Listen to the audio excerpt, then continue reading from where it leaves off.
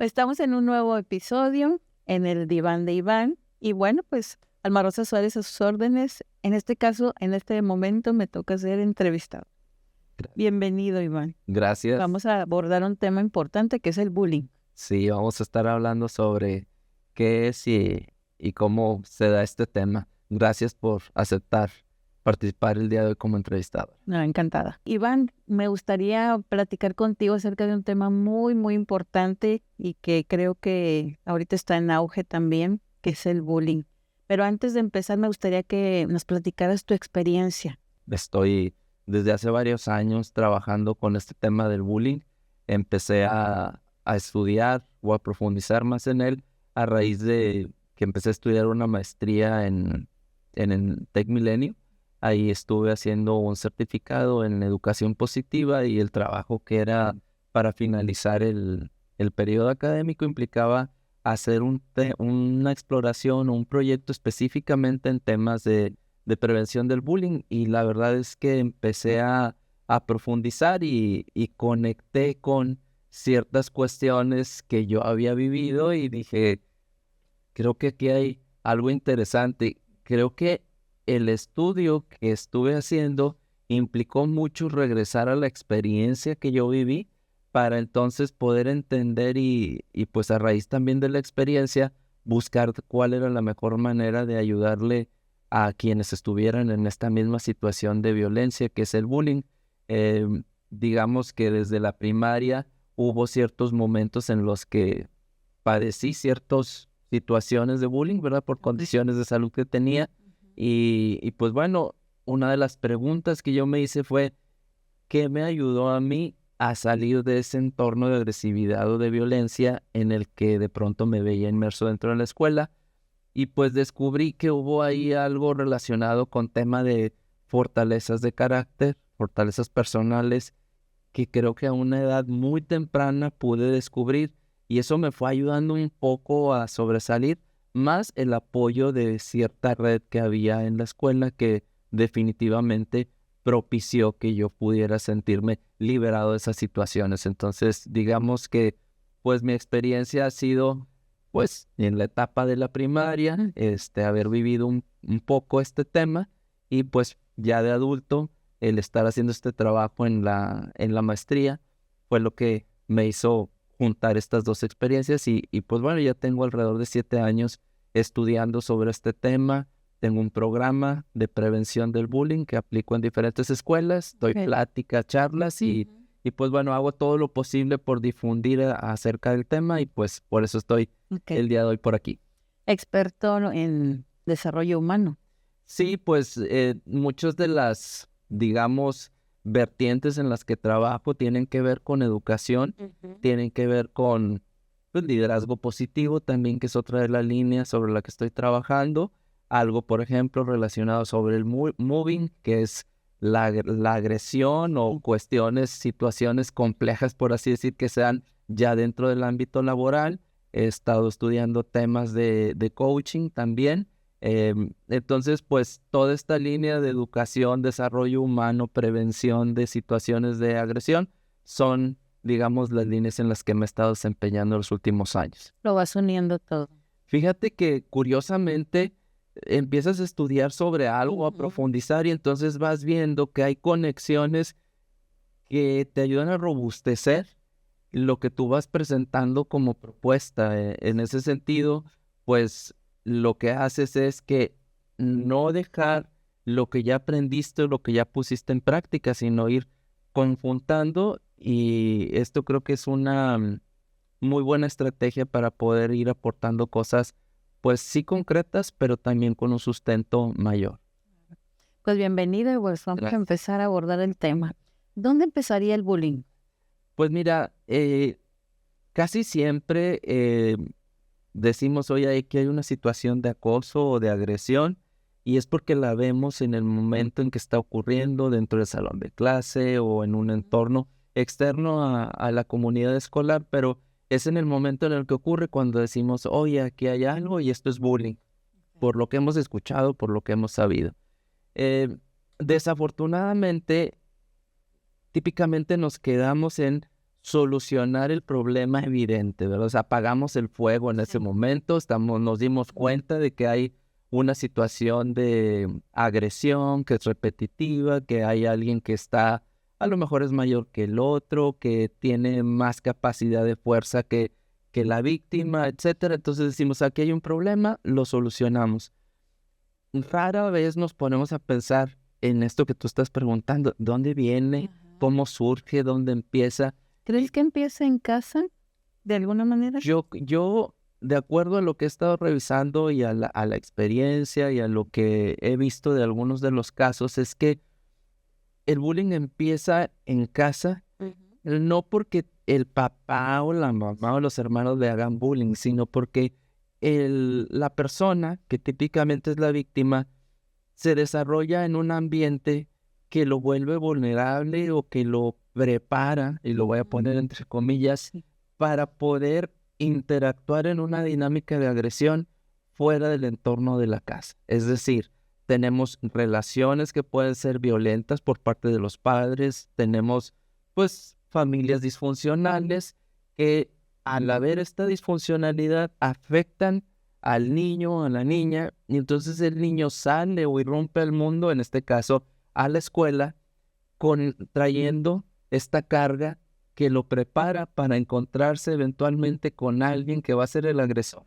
Entonces, si nosotros desde la familia estamos pues propiciando situaciones de conflicto, agresiones, estamos viendo pues que el niño está viéndose violentado de alguna manera, pues podríamos decir que desde ahí empieza la preparación para que eventualmente ocurran estas situaciones de agresión y que el niño las tolere, ¿verdad? En este caso, la preparación sería inconsciente o quizá haya casos donde los papás acerquen al hijo y digan, o la mamá o el papá, en diferentes circunstancias, sabes que no existe tu papá, después te explico, o tu mamá se presentó de cierta manera. No sé, hay muchas situaciones que como niños hemos o han vivido, pero ¿crees que sí se puede preparar al niño para cuando vaya, en este caso a la escuela, ya pueda manejar esa situación, o es como, pues, Mira, ahí se van? evidentemente la dinámica de una familia es muy compleja. Cada familia es una historia diferente, y las situaciones que viven los niños, pues a veces son complejas para un miembro, un niño de la familia, y a lo mejor para el otro no lo son tanto, ¿verdad?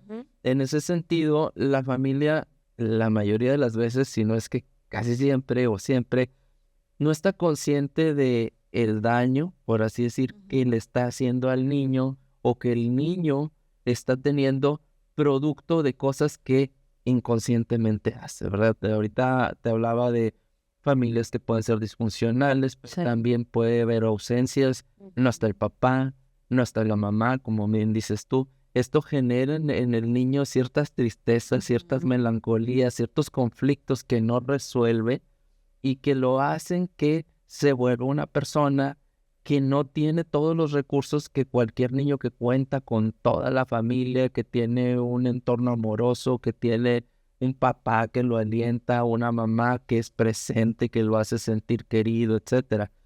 Hay familias en las que pues falta alguien, o a veces están todos los de la familia, pero se vuelve una zona de conflicto y el niño se acostumbra a esos conflictos y por lo tanto los tolera afuera. Entonces, creo que conscientemente nadie tiene pues esa idea de quiero que mi hijo se sienta mal, o que emocionalmente esté debilitado, o que esté herido, dañado.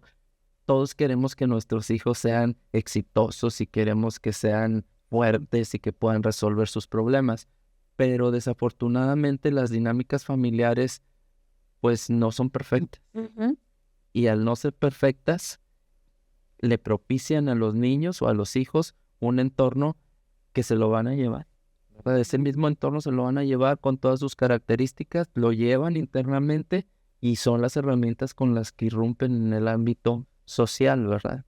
Y aquí, por ejemplo, ya que brinca esa etapa de la educación, en la escuela los maestros están preparados para empezar a evitar este tipo o detectar el bullying dentro de un salón o dentro de la escuela. Mira, yo he aplicado el programa, pues ya muchas veces en distintas escuelas. El programa empieza con un diagnóstico. Ajá. Un diagnóstico que es anónimo. El alumno contesta una encuesta que los profesores no saben los nombres de quién contestó ni nada, ¿verdad? Entonces, lo que yo me encuentro en esas encuestas es que los niños mencionan que los profesores no hacen nada a pesar de que ellos les dicen, o Ajá. que el profesor, incluso en ocasiones, los pone en evidencia cuando ellos van y dicen, oye, es que me está molestando o está pasando algún tema aquí, algún conflicto. El profesor públicamente a veces También. los expone, ¿verdad? Entonces digamos que es como revictimizar a la Sí. víctima. Ajá. Yo pienso que la dinámica en la que están inmersos los profesores actualmente, con grupos muy grandes, Ujú. con cada vez más cosas que se tienen que agregar al currículum, con tantas actividades y también con las demandas que los mismos padres solicitamos a los profesores. Es decir, tenemos al profesor lleno de actividades, tenemos al profesor ocupado todo el tiempo en un ambiente en el que hay demasiados niños. Ujú. Llega un punto en el que se normaliza la violencia y el profesor dice, no puedo estar atendiendo cada Caso por caso. cada caso justamente, Mm. porque si somos estrictos, pues para cada caso habría que darle un seguimiento. Seguimiento que implica hablar con los papás de la víctima, hablar con los papás del agresor, llegar a acuerdos con los papás, ponerse a trabajar de manera conjunta, y eso implica muchísimo trabajo y muchísimo desgaste para el profesor. Hay profesores que van atendiendo aquellos casos más graves. Sí. Desafortunadamente, también las situaciones de bullying ocurren a veces sin que el profesor se dé cuenta. Ujú.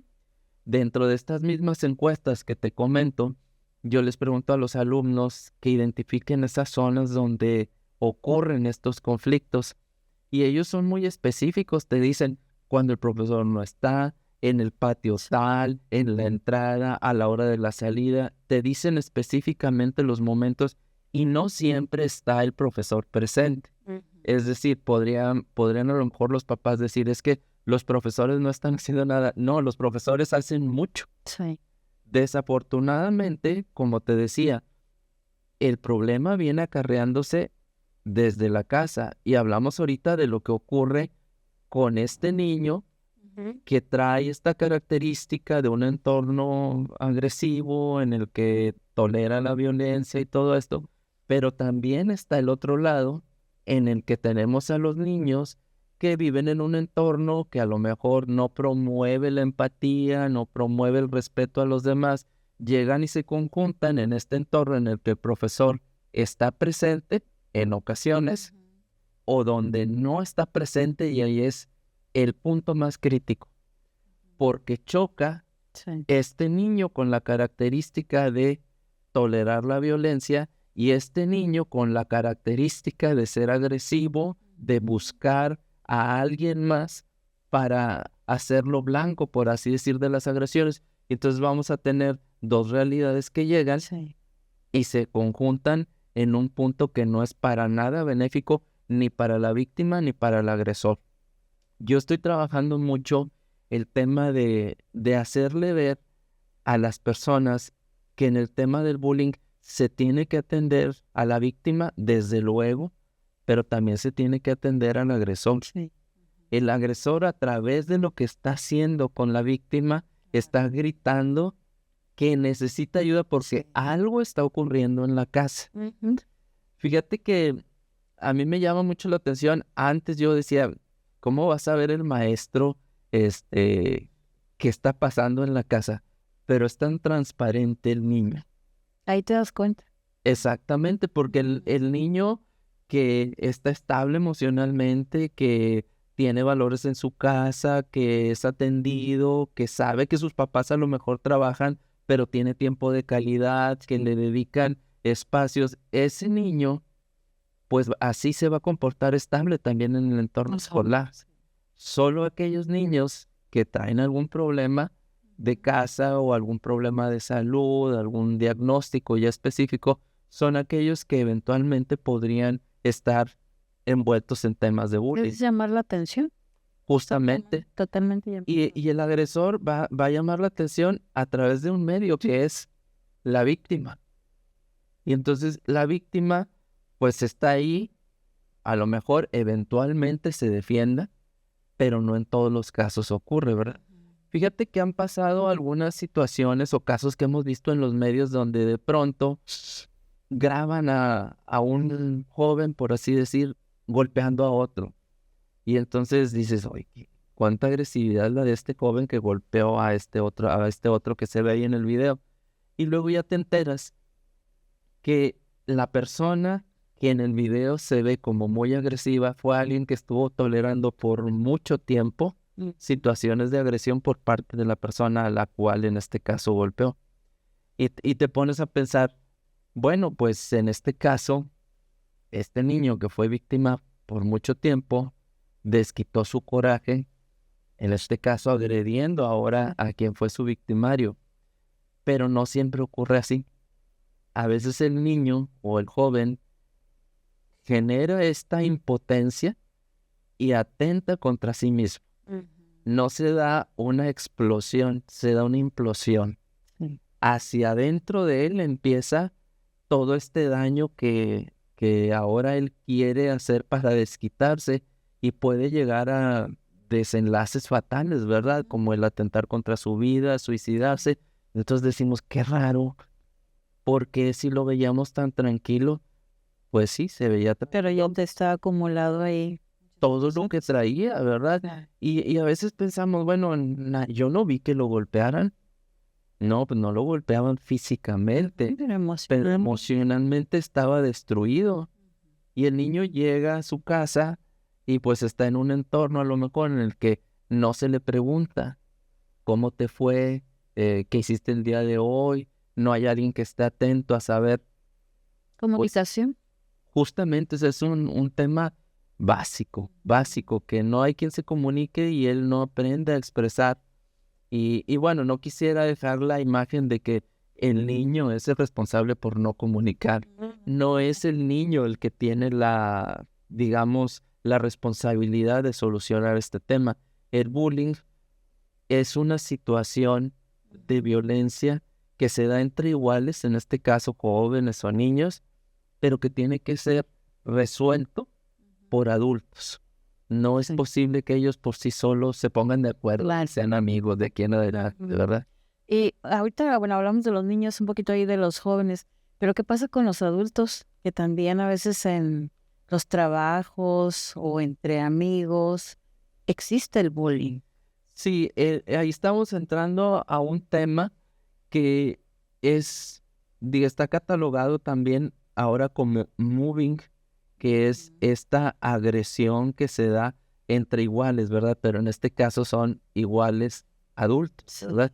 El bullying ahorita lo explicábamos en un contexto de entre iguales, de edad, de grado, etcétera, aunque hay un desequilibrio, bien sea emocional, de fuerza, cognitivo, etcétera. Es decir, tengo a un niño que tiene características que lo hacen vulnerable y a alguien que tiene características, digamos, superiores en cuanto a fuerza o cognitivos, etcétera, que hace que haya un desbalance y entonces se dé la agresión. En el entorno de los adultos se da entre iguales, ¿verdad? En el ambiente laboral le llamaríamos moving, pero la intención en este caso incluso llega a te estoy agrediendo y te estoy molestando porque quiero que te vayas del trabajo. Quiero que te salgas de aquí. O sea, inconscientemente te estoy agrediendo porque busco que tú ya no estés aquí. De decirte adiós. Me molesta tanto incluso que estés aquí que te voy a molestar de tal manera que tú emocionalmente, anímicamente, estés en la lona al grado que digas ya no aguanto, ya me voy de aquí. Es una presión totalmente. Y son muchos casos que se dan de de jefe a colaboradores, pero también de colaboradores hacia los jefes. O sea, tenemos las dos vías, ¿verdad? Aunque en este caso, podríamos decir, es todavía más fuerte cuando es el mismo jefe quien está presionándote para, pues, hacer que te salgas del trabajo o para que no estés cómodo, porque aquí en este caso hay una distancia de poder muy fuerte, ¿verdad? O sea, él es el jefe, es a quien le tengo que reportar, es a quien le tengo que dar cuentas de mis objetivos de desempeño, etcétera. Y pues encuentras a un colaborador indefenso, ¿verdad? Que va a acudir a lo mejor a recursos humanos o va a acudir con las áreas de, pues sí, propiamente de talento o de recursos humanos, y lo que va a encontrar es que típicamente estas áreas o estos responsables tienen que validar, a ver, ¿está sucediendo esto? Ah, mira, él es el superintendente o él es el gerente. Pues difícilmente vas a correr al gerente, ¿verdad? Porque el gerente va a tener toda una argumentación para decir, no está cumpliendo con esto, no está cumpliendo con aquello. Es decir, va a tener elementos que van a ser de peso para que se vea mal el colaborador. O sea, son pocas las posibilidades que tiene el colaborador, a menos de que sea alguien que dentro de toda esta dinámica de acoso o de agobio se dé a la tarea de poder documentar, tener evidencias y tener la suerte de encontrarse a alguien en el área de talento a la cual le resuene lo que le están diciendo, le crea a la persona y decida ayudarlo. De otra manera, pues va a estar confinado a estar en una dinámica de trabajo pues muy desagradable o a buscar otro trabajo y moverse. Y típicamente en la literatura lo dice, o sea, te sale más caro reemplazar a la persona que se va por todo lo que se lleva de conocimiento, de capacitación, todo lo que como empresa has invertido, que tratar de arreglar los problemas. Pero pues aquí tenemos de nuevo, ¿verdad? O sea, al jefe que dice, ya no lo necesito, y es su palabra contra la del colaborador, y típicamente lo que ocurre es o lo despiden o se va la persona porque no aguanta la Es presión. que ejerce una presión muy fuerte que el mismo trabajador se llega a ir, y entonces también creo que el jefe o el gerente se limpia las manos y dice, él se fue, Claro. yo no lo corrí, no lo despedí. Bueno, platicábamos acerca de la etapa escolar de los niños, de cómo las situaciones difíciles que viven en los mismos compañeros, con maestros, pero ahora el fenómeno que estamos viviendo, la tecnología, el ciberbullying. Sí, fíjate que es realmente complejo porque cuando hablamos ya de cyberbullying es algo que tiene variables adicionales a lo que estuvimos hablando anteriormente. ¿Qué cosas distintas trae? Pues la primera es que permite el anonimato. El día de hoy un niño que quiere o un joven que quiere agredir a otro puede generar un perfil falso, puede estar enviando mensajes a nombre de la víctima y eventualmente responsabilizarlo de algo que no hizo, ¿verdad? Es decir, lo está metiendo en un problema a través de un perfil falso. Por otro lado, tenemos que, si bien es cierto, cuando un niño está en una situación de bullying en la escuela, en el día a día, digamos, en el cara a cara, termina la jornada escolar y se va a su casa y, digamos, le da cierta tregua ahí al niño porque pues ya no se están viendo. Pero en el contexto de las tecnologías, la agresión puede ser 24/7. ¿Por qué? Pues porque está en la red todo el tiempo alguna publicación que afecte a la víctima, porque lo van a estar viendo más niños, se extiende el impacto que tiene y se vuelve imposible para el niño poder recoger toda la información negativa que ya se dejó publicada dentro de los medios digitales, y pues el niño entra en un estrés todavía mucho mayor. ¿Por qué? Pues porque usa la tecnología y está viendo todo lo que está ocurriendo, todo lo que se dice de él o de ella y todo lo que se están contestando unos a otros, las burlas que se hacen a lo mejor de gente que está pues llegando a ver de momento la imagen o la publicación y que no estaba dentro del mapa, y entonces se multiplica la cantidad de gente que está ejerciendo la agresión en contra de la víctima. Entonces ya no es el salón de 20, 30 alumnos o la escuela con 3 grupos Ya creció, grados. expandió. Exactamente, incluso compañeros de otras escuelas, Sí. en diferentes redes sociales. Ahora estás con el miedo de que le va a llegar a la mamá o al papá la información. Entonces es como todavía más complejo para el joven o para el niño. De ahí que el hecho de que muchas de las ocasiones las personas o los niños que están sometidos a cyberbullying tengan desenlaces o estén predispuestos a tener desenlaces fatales o muy complicados porque es imposible casi para ellos poder manejarlos. Ahora, se está dando mucho en las redes que pues se publican fotografías, videos que a veces los mismos jóvenes consienten hacer. Eh, no sé, temas sexuales que de pronto el día de hoy los noviecitos están contentos y pues deciden compartirse información que a lo mejor es íntima y nada más de ellos. Pero para Pues el día de mañana se pelean, discuten y empiezan a rodar las fotografías o los videos. De ahí que sea muy importante que los papás le expliquemos a los hijos las implicaciones que tiene el compartir material con otra persona, ¿verdad? O simplemente tomar fotografías y tenerlas en tu celular. No sabes si el día de mañana se te pierde el celular. Se te pierde y lo encuentras, pero no sabes qué pasó con esa información. Claro. Tus claves, a veces los jóvenes, pues es mi novia y yo soy su novio, entonces yo le voy a mostrar mi cariño y mi afecto y le voy a compartir la contraseña. Eso es altamente riesgoso porque yo puedo entrar a tu cuenta y enviar cosas desde tu cuenta a nombre tuyo. Y no es así como que, ay, es que yo no sabía o no pensé. Pues en ocasiones los papás les decimos, pero los hijos no lo quieren entender. Pero en otras no saben. Pues todos lo hacen, entonces yo también le voy a prestar mi cuenta o a que me revise las redes sociales. Y eso es algo muy peligroso.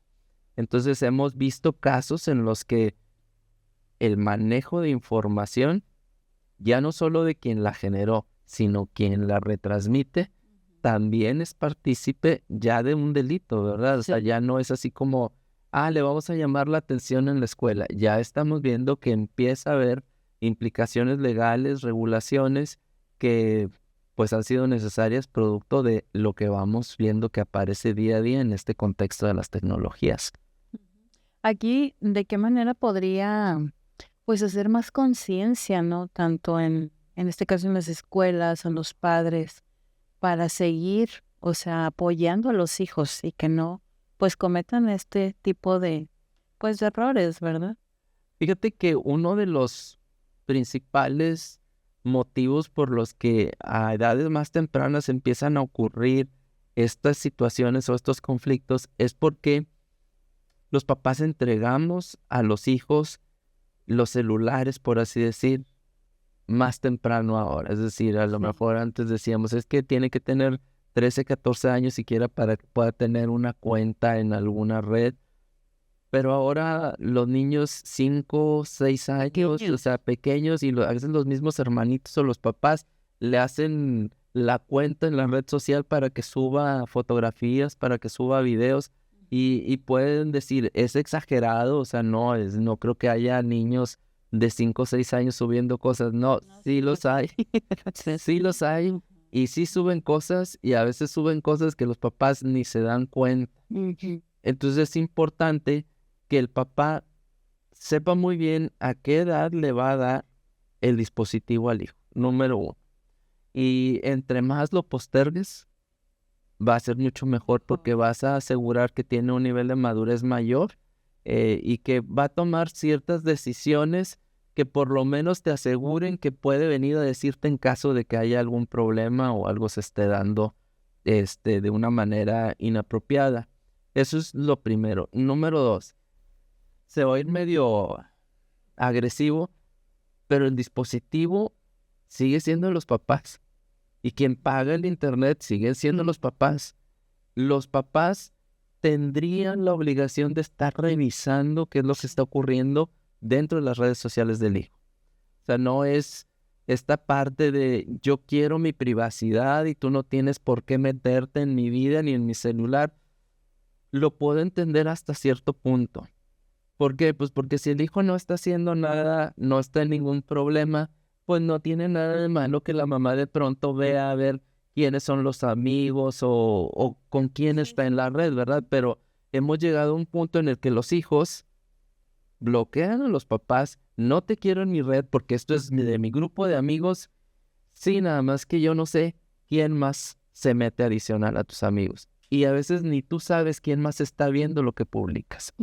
Entonces creo que es importante que los papás tomemos la responsabilidad de cuándo es que le vamos a dar el dispositivo, qué controles parentales vamos a tener habilitados dentro de los dispositivos y adicional a eso, saber cuando nuestro hijo ya descubrió cómo deshabilitar esos controles. Sí. Porque dices, no, mira, ya le habilité esto y esto, pero pues el hijo ya sabe cómo quitarlo, ¿verdad? Entonces nos demanda a nosotros como papás estar muchísimo más alertas, más capacitados sobre las nuevas redes sociales que están surgiendo, sobre las dinámicas que se están dando entre los niños en general, ¿verdad? Tanto alumnos en las escuelas como los grupos externos a la escuela que tienen los niños, pues con la intención de estar al pendiente. Tú no sueltas a tu hijo o no lo dejas ir a cualquier lugar que es desconocido para ti. Si no lo conoces, si no sabes los riesgos que hay, tú dices, ¿sabes qué, mijito? No vas a no ser de que yo vaya contigo, o vaya tu hermano mayor, o vaya tu papá, o vayamos todos como familia. Si no conoces, no lo dejes. Sí. Y lo que estamos encontrando es que al darle el dispositivo, aunque tú no conozcas, lo estás dejando. Y eso implica seguridad que ya no va a tener. Todo ese blindaje, esa red que protege al niño en condiciones que antes veíamos como la vida cotidiana, ya no están porque el papá atiende a lo que el hijo le dice. No te quiero en mis redes, no tienes por qué meterte, tienes que respetar mi privacidad. Ningún papá se mete, todos los demás compañeros tienen acceso a esas redes y lo que ocurre es que el papá dobla las manos. Al ceder, lo que estás haciendo no es solo ceder ante lo que el hijo te está diciendo, estás cediendo ante todo este grupo de personas malintencionadas que pudieran en un momento poner en riesgo a tu hijo. No estoy diciendo que todo sea malo, que no deben de estar en las redes, no, es parte de la vida, pero tú como papá tienes la obligación de estar ahí. Si no vas a estar ahí, pues mejor no permitas que tu hijo tenga los dispositivos a una edad tan temprana. Y es que ahí viene sentimiento de culpa. Como no estoy con mi hijo todo el día, ¿no? Claro. Entonces cedo a muchas cosas. Fíjate, Aparentemente están bien. y que aparentemente están bien. Está mi hijo en su cuarto, en su computadora, está tranquilo, no está haciendo nada malo. Tú no sabes si dentro de su cuarto, en el dispositivo que tú le compraste, con la red que tú pagas, está haciendo publicaciones para agredir a otro. Claro. Tú no sabes si con todo ese entorno digital que tú ya le pusiste a tu hijo, lo que está viendo es cómo lo agreden en las redes sociales, cómo publican material que lo denigra, y no lo estás viendo porque pues él está en su cuarto, tiene derecho a su privacidad. Yo ahí diría, los papás tienen que balancear, ¿verdad? O sea, sí, poco a poco voy a ir dejándote en libertad. Cuando yo sepa que ya puedes, cuando yo coincida con que, ¿sabes qué? He visto que tienes un buen desempeño maduro, con los amigos veo que te llevas bien, tienes una red de apoyo de amigos que son confiables, tanto tu papá como yo estamos atentos de vez en cuando a ver qué pasa con tus redes sociales. Nos tienes dentro de la red social, a lo mejor no como mejores amigos, ¿verdad? No vemos todo, pero sí vemos algunas Estar al tanto. Es algo básico, además, ¿verdad? No es ahorcar al hijo y decir, tienes que hacer todo lo que yo te diga. No, pero hay que estar. Flexible. Exactamente. Y bueno, es que yo sé que vivimos en México, sin embargo, en otros países, pues se da que el móvil, ¿verdad? O la tablet no se le da a los chicos desde muy chiquitos hasta más grandes. Sí, No lo consideran necesario. pero mira, aquí también hay un problema que en esta idea de muchas de las escuelas de decir, aquí estamos, pues somos una institución de avanzada y tenemos acceso a las tablets y a las redes y a sistemas y software, etcétera, pues está muy bien. Pero, por ejemplo, hay papás que dicen, pues si yo le quiero retirar el celular, lo primero que me va a decir es que necesito ver el correo, es que me van a mandar un aviso de no sé qué, es que tengo que ver la clave, tengo que el autenticador para entrar a la plataforma donde entrego tareas.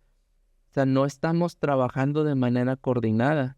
Entonces, el niño o el joven dice, yo lo necesito como parte de mi dinámica de la escuela.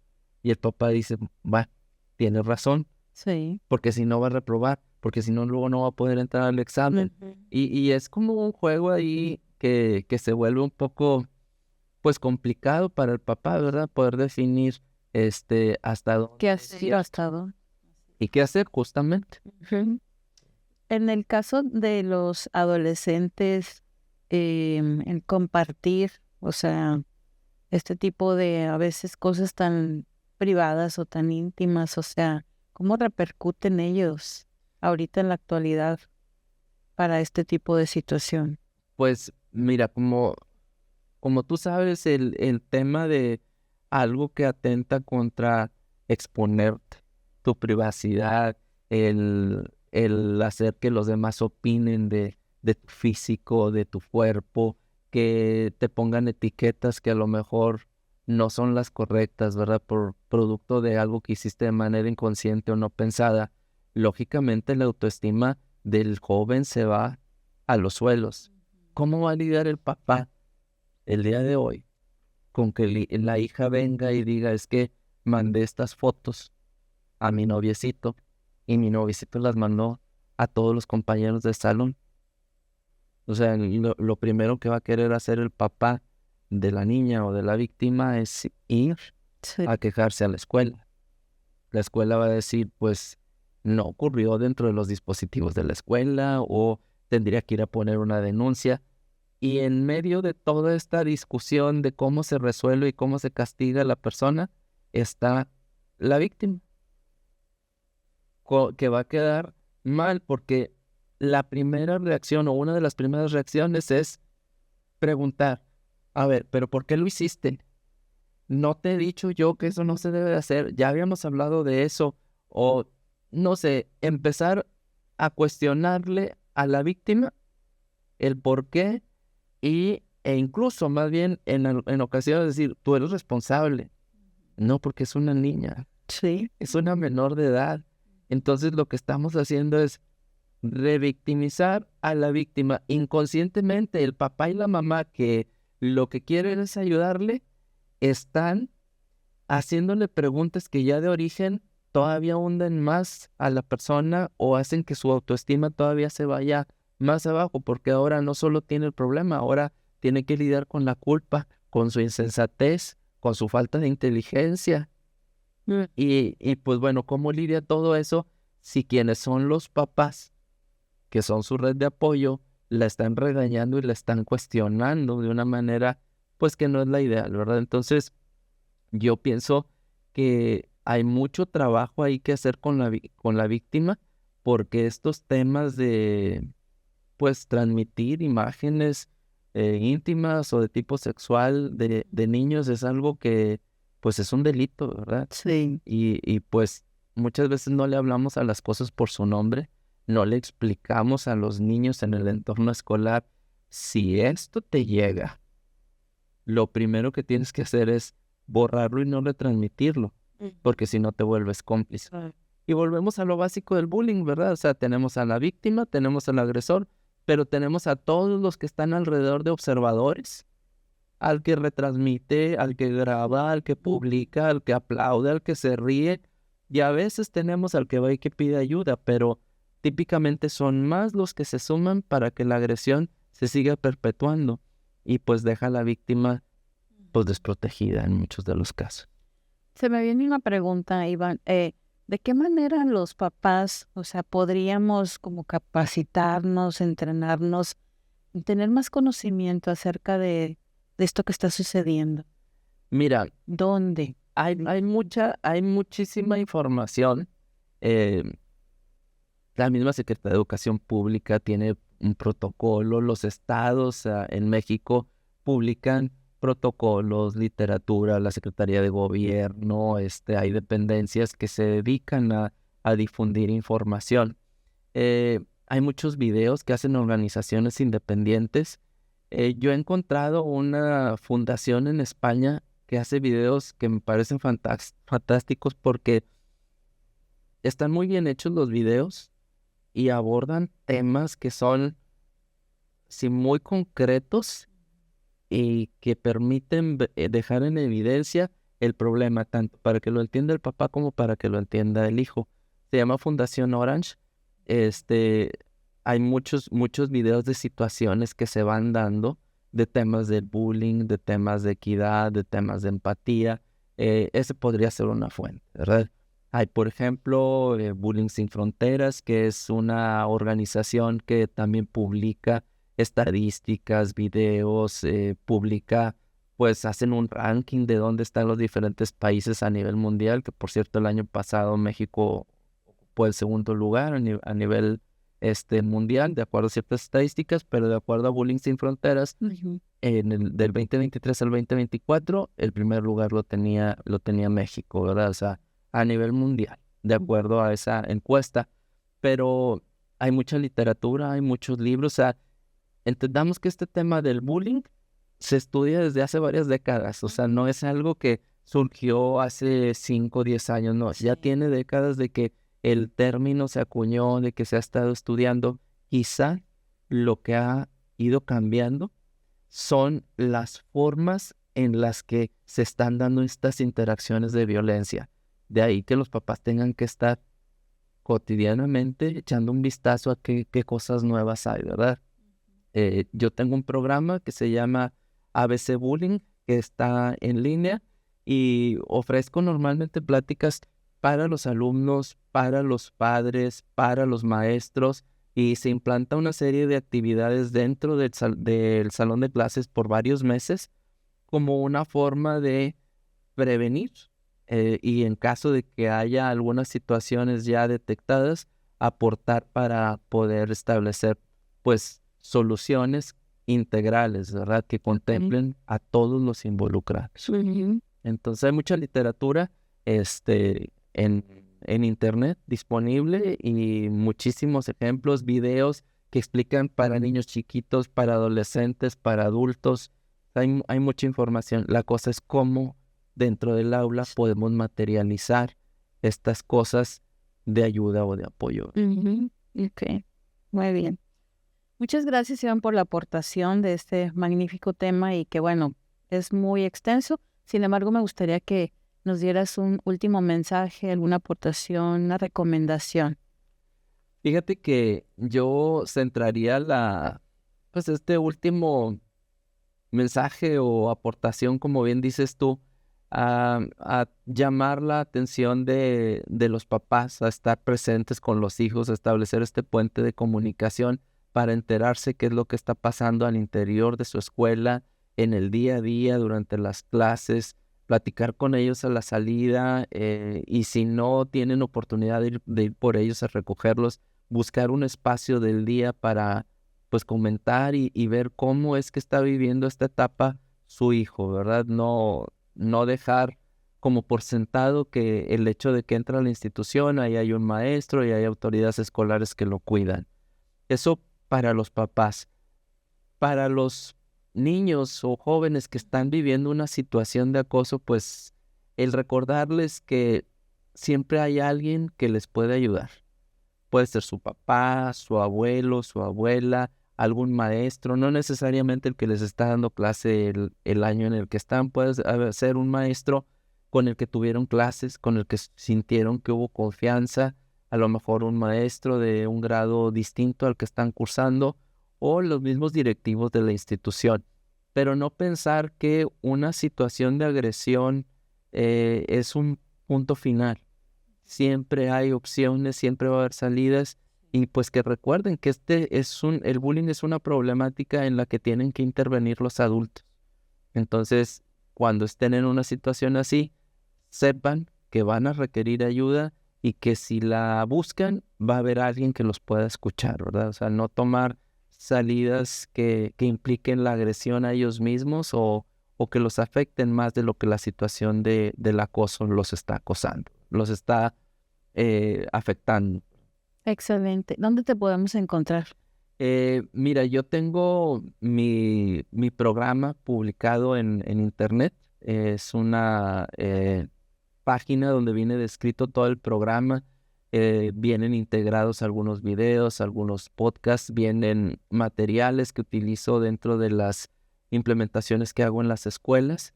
La dirección es abcbullying.mx, ahí pueden encontrar toda la descripción. Y ahí mismo hay un canal a través del cual pueden pues enviar información o solicitar información.